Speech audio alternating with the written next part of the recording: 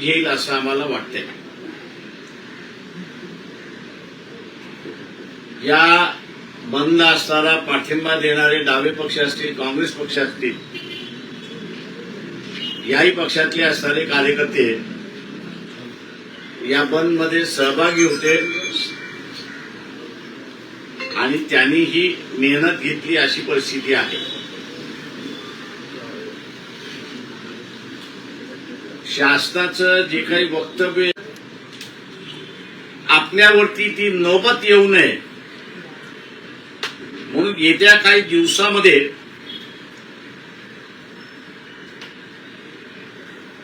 हा जो विद्यार्थी बसलेला आहे जंतर मंतरला, त्याच्यावरती कुठली नाही कुठली तरी कारवाई निश्चितपणे होईल अशा रीतीच्या सुद्धा बातम्या आहेत अशी परिस्थिती आहे। या विद्यार्थ्यांचं जे तो मोठ्या प्रमाणात इंस्टाग्राम वरती आहे अशी परिस्थिती आहे। येत्या काही दिवसामध्ये या विद्यार्थ्यांचं इंस्टाग्राम बंद झालं याचंही आश्चर्य आपण त्या ठिकाणी मानू नये। कारण कारवाई करायची असेल तर कम्युनिकेशन बंद केलं पाहिजे, मोडलं पाहिजे, होता कामा नये हे बघावं लागेल। आणि ते बघायचं असेल तर मग इंस्टाग्राम वरचं जे अकाउंट आहे, या युथ जनरेशनचं इंस्टाग्राम वरचं जे अकाउंट आहे तेच ब्लॉक करा अशा रीती ज्या दिवशी आली त्या दिवशी आपण समजा की जंतर मंतरवरती अजून काहीतरी घडेल अशी परिस्थिती आहे। जनतेने हा पुढचा कार्यक्रम काही पक्षांशी बोलून त्याच्याच बरोबर जंतर मंतर मध्ये ज्यांनी आंदोलन सुरुवात केलेलं आहे असा जो ग्रुप आहे, एका बाजूला सोमन वांगचूक यांचा असणारा ग्रुप आहे आणि दुसऱ्या बाजूला इथे असणारा कॉकरोच पार्टीचा असणारा जो ग्रुप आहे, या दोघांशी तिथे बसून याच्या पुढचा लढा कसा राहणार आणि आपण कशा रीतीने केला पाहिजे त्याची आखणी असणारी त्या ठिकाणी केल्या जाईल। आज बंद जसा शांततेचा एक फक्त इन्सिडेंट मला माहित आहे, अजून माझ्याकडे नाहीये, अकोल्यातल्या मूर्तिजापूरमध्ये काही दुकानांची तोडफोड झाली, याच्या व्यतिरिक्त कुठेही इन्सिडेंट घडला नाही। शांततेने असताना होईल पुढची आंदोलनं आणि ती शांततेने कसं करायचं त्याचा असताना आराखडा मी जसं म्हणालो तसं या सगळ्या संघटनेशी बसून त्या ठिकाणी आखण्यात येईल। पण कुठल्याही परिस्थितीमध्ये हा जो विद्यार्थ्यांशी खेळ चाललेला आहे, त्यांच्या भवितव्याशी खेळ चाललेला आहे, त्यांच्या मेरिटशी असताना जो खेळ चाललेला आहे तो सरकारने थांबवला पाहिजे। त्याचा आराखडा ते जोपर्यंत सांगत नाही तोपर्यंत आंदोलन हे दिल्लीतून चालू राहील असं त्या ठिकाणी दिसतंय आणि ते चालू राहिलं तर मग राज्यामध्ये सुद्धा ते पाठिंब्यासाठी आणि पाठिंब्याचे लढे हे उभे राहतील अशी परिस्थिती आहे। मुख्यमंत्र्यांनी असं म्हटलंय की विरोधी पक्ष घाबरले, सभागृहात डिस्कशन करायला येत नाही। मुख्यमंत्र्यांना फक्त एकच आठवण करून देतो की उपोषणाला बसणारं एक डेलिगेशन माझ्या माहितीप्रमाणे 3 ते 4 दिवस अगोदर याच सरकारला भेटायला गेले। आम्ही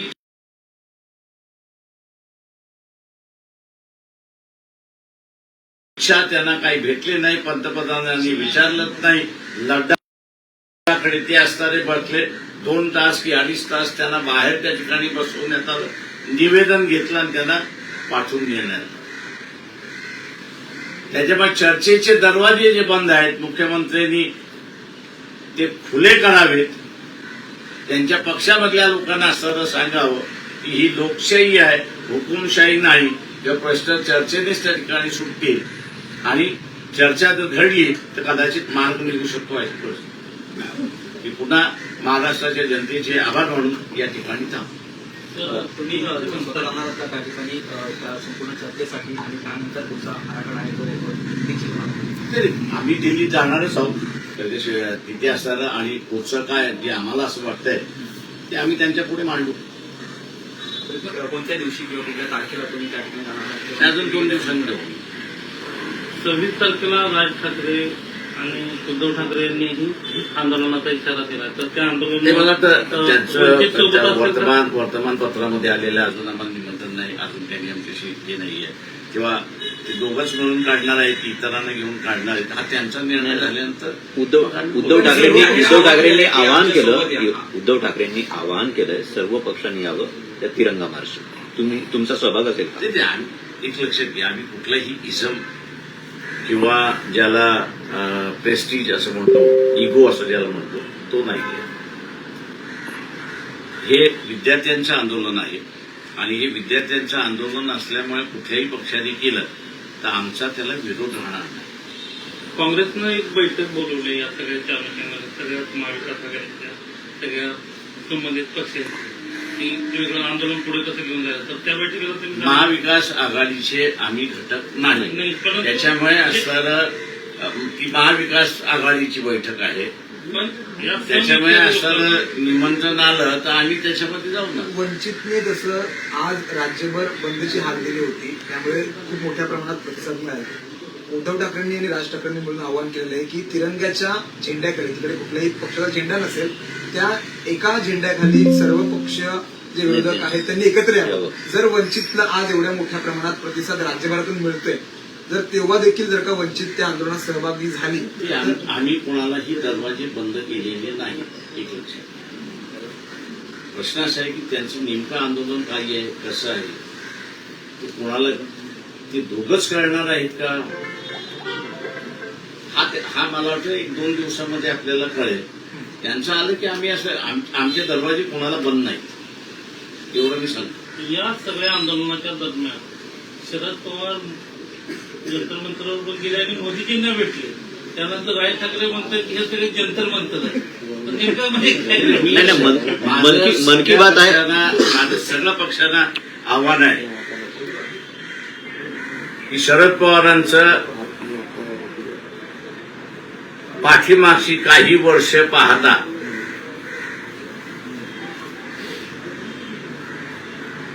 आणि त्यांनी असणारा अखिलेशला कशा रीतीने फसवलं, चंद्रशेखर आझादला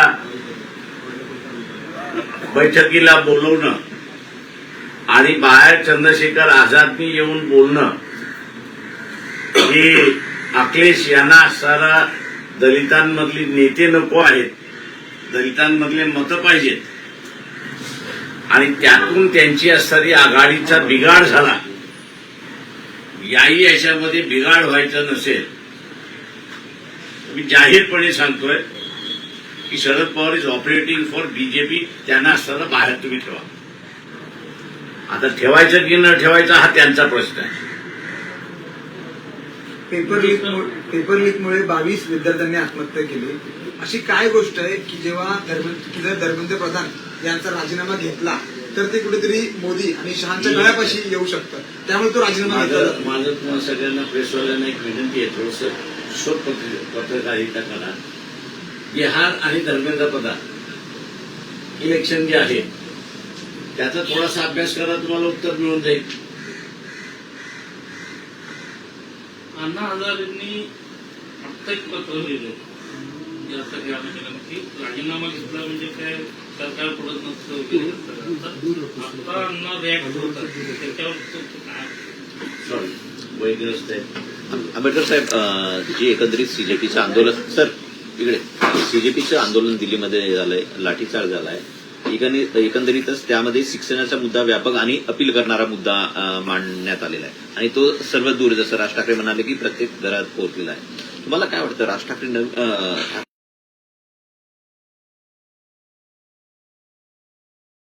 ठाकरे बंधू या एकंदरीतच आंदोलनामधून त्यांना नवीन संधी, राजकीय संधी निर्माण होऊ पाहते. लोकांचा प्रश्न आहे. आपण त्याला काय म्हणू शकतो? काहीच नाही. सगळ्यात या आंदोलनाच्या दरम्यान एक आता व्हिडिओ व्हायरल होतो, ज्यांना पोलिसांनी घेऊन जात होते आणि त्यातला एक पोलीसवाला त्यांना म्हणतोय की तुमच्या खिशात 50-50 ग्रॅमच्या पावडरच्या पुढे. पुड्या टाकल्या जातील आणि ज्याच्यात तुम्हाला जामीनही मिळणार नाही आणि आयुष्य बर्बाद होऊन जाईल. तर पोलिसांच्या मार्फत ही दडपशाही सुरू आहे. मी असं म्हणेन की आजही कुठल्याही पोलीस स्टेशनमध्ये तुम्ही धाड घातली तर तुम्हाला इलिगल 20 पिस्टल्स मिळतील, तुम्हाला तलवारी मिळतील, तुम्हाला असताना शिगा मिळतील. आता पोलीस स्टेशनमध्ये याची काय गरज आहे? तेव्हा ते जे पोलीस स्टेशनमध्ये ट्रेनिंग दिलं होतं तेच त्या पोलिसांनी त्या विद्यार्थ्याला सांगितलं तू पुन्हा बघ ये तुझ्या पिशव्या तुझ्या बॅगमध्ये पुडी टाकतो की नाही बघ. हे पोलिसांचं नेहमीचं कार्य इतकं नवीन नाहीये. त्याच्यामुळे या पोलिसांनी नवीन केलं असं म्हणत नाहीये.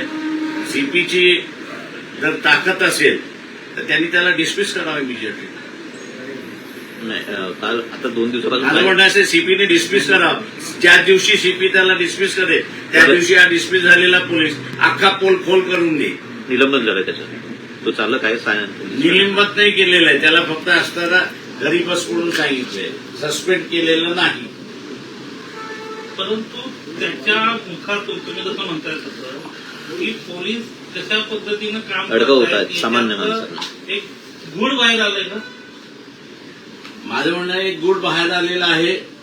मी जे म्हणालो त्याच्यामध्ये असताना कुठल्याही पोलीस स्टेशनमध्ये धाड घाला, तुम्हाला 20च्या खाली कठ्ठे सापडतीलच.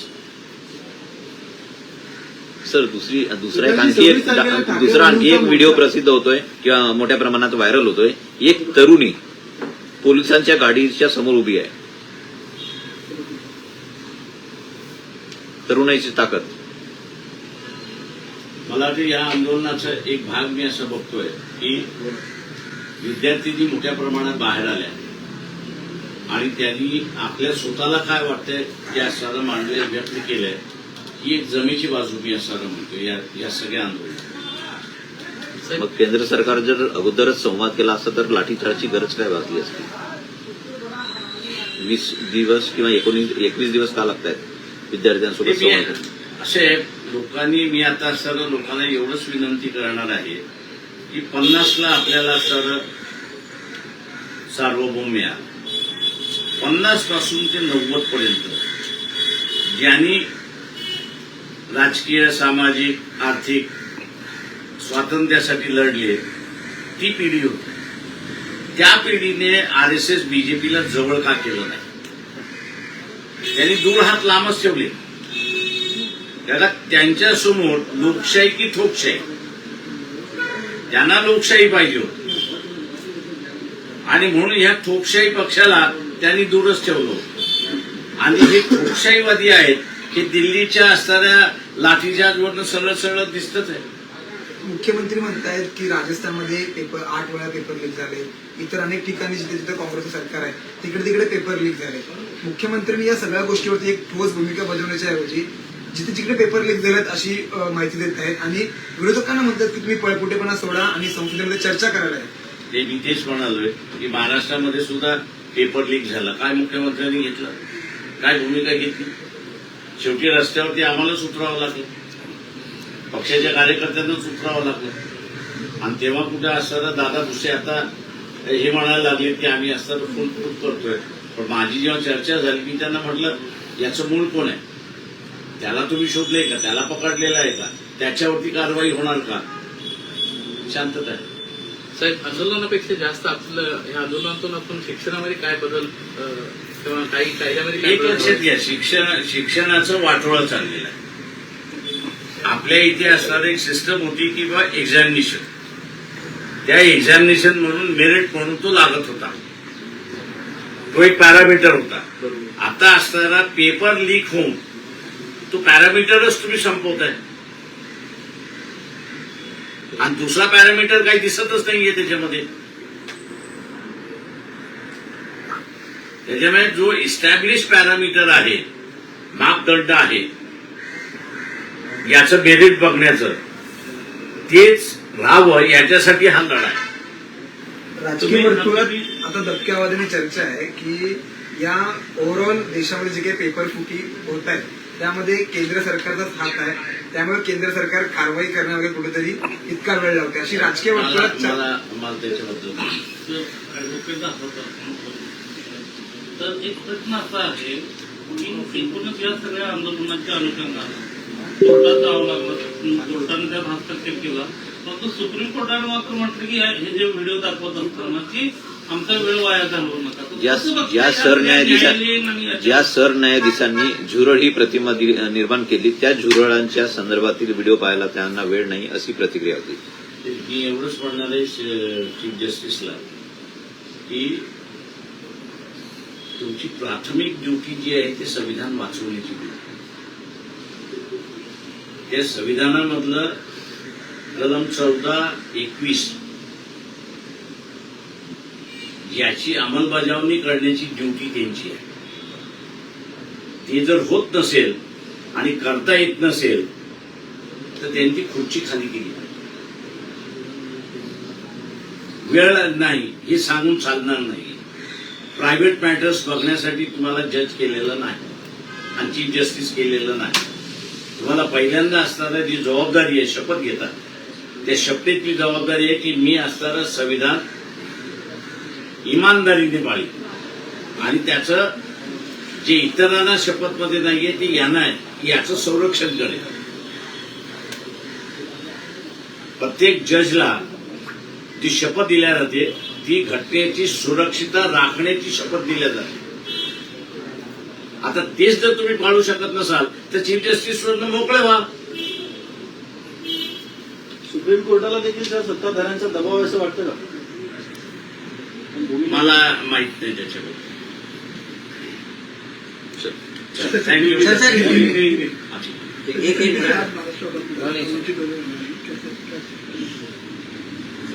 मैं महाराष्ट्र की जनता के शुक्रगुजार हूं, आभारी हूं कि इन्होंने जो बंद का ऐलान हम लोग ने किया था, वामपंथी दल है, कांग्रेस पार्टी है जिन्होंने इसको समर्थन दिया था,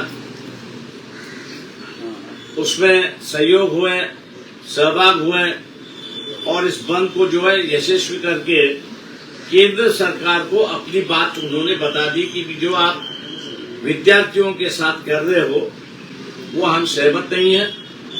जो लाठीचार्ज किया है उससे भी हम लोग सहमत नहीं है. महिला विद्यार्थियों पर जो आपने अत्याचार किया उससे भी हम लोग सहमत नहीं है. और ये संदेश है कि आप इन विद्यार्थियों के साथ में बैठ के इनका भविष्य जो एग्जामिनेशन पेपर लीक होने से उद्ध्वस्त हो रहा, आज का संदेश गया है. मुझे लगता कि प्राइम मिनिस्टर इसको सुनेंगे और कहीं ना कहीं तो भी बातचीत शुरुआत होगी, ऐसे मैं अपेक्षा करता हूं. सर आंदोलन की अगर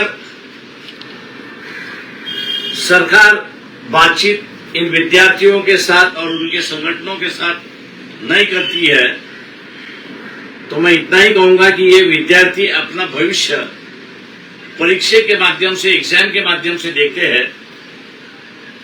आखिर उनके सामने अंधेरा है और यही अंधेरा जो है उनको रास्ते पे उतार रहा है और बड़ी संख्या में वो दिल्ली भाग रहा है. जिस तरह से नेपाल हुआ, जिस तरह से बंगाल हुआ, अगर ये सरकार चाहती है कि वो उस तरह का आंदोलन भारत में ना हो तो इन विद्यार्थियों के साथ में तुरंत बैठना चाहिए. नहीं तो कहीं ना कहीं तो भी मुझे ये आंदोलन सरकार के पूरे नियंत्रण से बाहर जाते हुए दिखाई दे रहा है.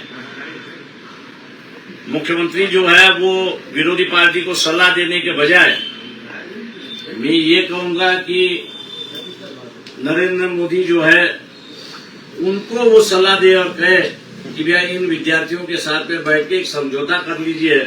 ये अगर सलाह देवेंद्र फडणवीस देते हैं तो मैं समझता हूं उनके पार्टी के लिए बहुत बड़ा उपकार होगा, ऐसा मैं मानता हूँ। 26 तारीख को ठाकरे बंधु और मोर्चा निकालना होगी, क्या लक्ष्य के बारे में शामिल होना होगा? ठीक है, हम मोर्चा आज ही हम लोग यहाँ से फारिग हो रहे हैं।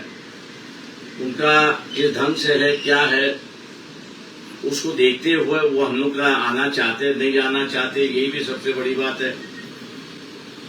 उसके ऊपर निर्भर होता है। हम किसी भी दिल्ली के सपोर्ट में जो कोई आंदोलन होता है उसके हम विरोध में नहीं है, और वो अगर चाहते हैं तो ठीक है, क्योंकि ये आज के बंद को जो है वो ना ठाकरे के मतलब राज ठाकरे के जितने भी डिस्ट्रिक्ट यूनिट है उसमें से आधे से डिस्ट्रिक्ट यूनिट अपने तौर से शामिल हुए। शिवसेना के जो है वो कहीं भी शामिल नहीं हुए, ऐसी एक परिस्थिति है। प्रधानमंत्री ने ट्वीट भी किया है छात्रों को। ये मुंगीलाल के सपने हैं। हम फास्ट कोड बनाएंगे, हम उनको अरेस्ट करेंगे, लेकिन हम उनसे पूछते हैं कि भैया इसकी जो जड़ है, जिसने नीट के ऑफिस से, मंत्री के ऑफिस से जिसने ये पेपर लीक किया, उसका नाम तो बताओ। उसको तो पहले अरेस्ट करो। उसको अरेस्ट करने के बाद ही आपका बाकी की प्रक्रिया शुरुआत होती है। आप उन्होंने पकड़ा नहीं है, दालियां जो है वो पकड़ के आप चल रहे हो। दालियों को पकड़ने से क्या बात है, कुछ भी नहीं है। National security act Delhi police कह रही है कि तो रुकी नहीं। हमको जो लग रहा है कि विद्यार्थियों पर ये नेशनल सिक्योरिटी एक्ट लगाएंगे। इनका जो सोशल मीडिया है, इंस्टाग्राम, इनका जो सोशल मीडिया है उस पर मेरे ख्याल से रोक आ सकती है। और दिल्ली में जंतर मंतर पर जहां बैठे हुए हैं वहां ऐसी परिस्थिति ये खड़े करेंगे कि विद्यार्थी वहीं से चले जाए। शरद पवार ने जिस तरीके से प्रधानमंत्री से मैं ये मान के चलता हूं कि शरद पवार से सबने बच के रहना चाहिए। सर, एक आखिरी सवाल, आज आपने बंद का आह्वान किया था, तो इस बीच कितने कार्यकर्ताओं को डिटेन किया गया, कितने मामले जो है दर्ज किए गए? ये पूरा आंकड़ा तो नहीं है, लेकिन सुबह सुबह का जो मेरे पास 11 बजे तक जो आंकड़ा था, 4,500 कार्यकर्ता डिटेन किए गए थे। मतलब 1 घंटे में मेरे ख्याल से जैसे सभी जन उससे बाहर आएंगे वैसा है। हम लोग जो है वो अभी 5 बजे जो है वो बंद का जो कॉल दिया हुआ है उसको पीछे ले रहे, और लोगों को दोबारा हम धन्यवाद देते हैं कि उन्होंने विद्यार्थियों को साथ है ये दिखाने के लिए आज का बंद सक्सेस किया। इसके लिए मैं महाराष्ट्र की जनता को धन्यवाद देता हूँ। सीबीआई ने जिस तरीके से कहा कि हमारे पास समय नहीं है वीडियो देखने का, चीफ जस्टिस। देखिए, मैं ये कहता हूँ कि चीफ जस्टिस अगर आप संविधान की रक्षा नहीं कर सकते, जिन विद्यार्थियों को पुलिस ने मारा है उसकी अगर रक्षा आप नहीं कर सकते हो,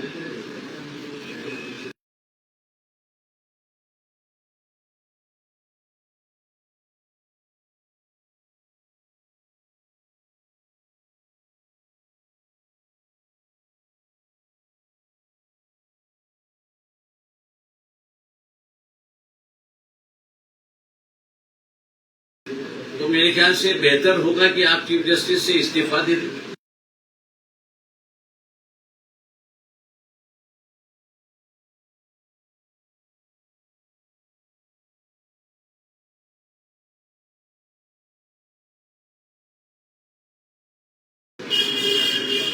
जो नया चीफ जस्टिस आएगा वो अपने